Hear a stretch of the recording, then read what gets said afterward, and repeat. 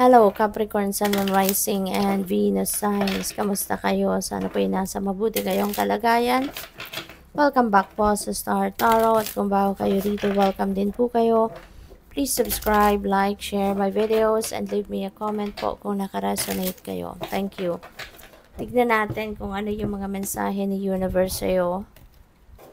Sa ngayon, we have the Ace of Swords. Napakaganda nito kasi Ace is a new beginning energy. Mayroon ditong sisimulan kayong bagong ganap sa buhay. You're going to start a new path. You're going to start something new in your life.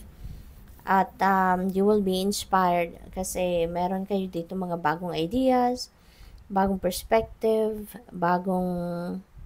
you will be illuminated, no? Kaya merong mga clarity dito na makukuha na kayo.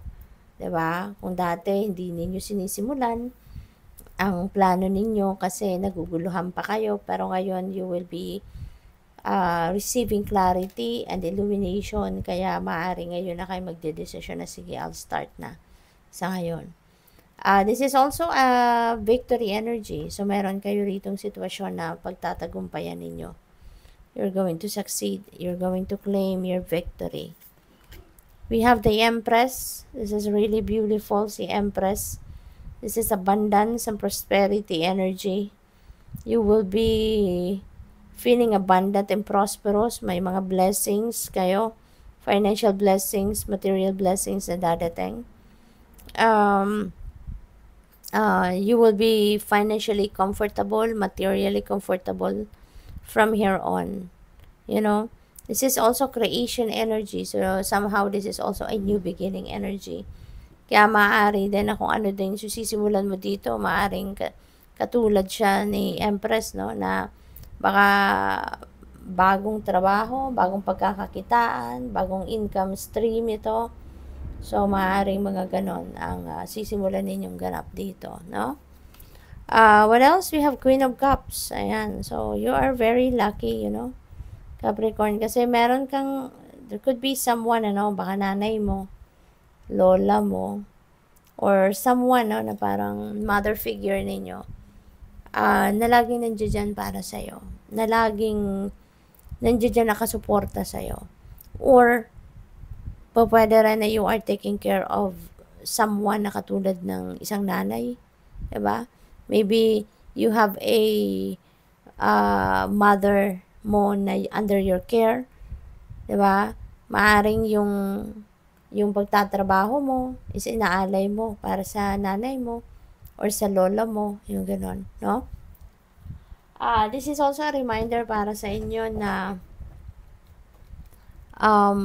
always tune in to your intuition. Lagi mong papakinggan, no? Always listen to your intuition because you are divinely guided. Lalo-lalo na around this time, no? Parang malakas ang inyong radar, yung receptivity ninyo for downloads, for intuitive messages and nudges, you know, malakas. Kaya take advantage of that. Kasi maaari din na nagdadasal kayo for signs, for enlightenment, no? Maaaring dadasal kayo. Kaya yan, dadating na siya. You know, kaya papakinggan ninyo yung inyong intuition lagi. Kasi yun ang gagabay sa'yo. So, what else? We have taking risk.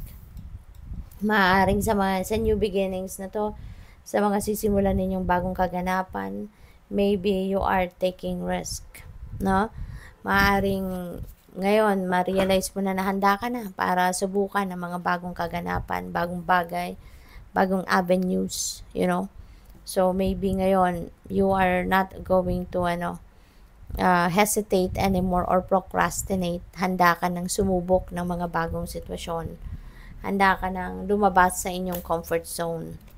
So, pwedeng related yan sa business, related yan sa career, yung ganon. So, what else? We have leadership, and baka ang iba sa inyo, ito yung bagong yugto ng buhay ninyo na sisimulan ninyo, yung promotion. Baka you will be promoted to a leadership role. Magiging manager ka na siguro, supervisor, mga ganon, no? Kaya, good luck sa'yo. Enlightenment, ayan na nga, 'di ba? Para na-mention ko kanina, 'di ba, na maybe ang iba sa inyo is seeking for enlightenment and illumination. So, eto na, 'di ba? Ibibigay na sa iyo ng universe, kaya you will be guided, no? Siguro may decision kayo na kailangan gawin at nagdadasal kayo for enlightenment, nagdadasal kayo for guidance, kaya eto na, ibibigay na sa iyo. Kaya importante, no, na makikinig kayo sa intuition ninyo, makikinig kayo sa gut feel ninyo, kasi yan na ang mensahe sa iyo, no? Diyan na dadaan, no, yung mensahe sa iyo at yung kalinawan na hinahanap ninyo. We have patience. Patience is paying off. No? Maaring matagal kang naghintay, matagal kang nagpasensya, you know? Kaya ngayon, kung ano man ito na hinihintay mo, paparating na, 'di ba? Yung enlightenment na yan siguro hinihintay mo. Thriving, no? At ito na, magta-thrive na kayo. You are going to start to thrive. You are going to start to you're going to start to thrive, you're going to start to move forward in your life, taking risk. So handa ka na talaga, no, na mag-grow, handa ka na mag-evolve, no, into the best version of yourself. Good luck. Thank you for watching. Love and light. Namaste.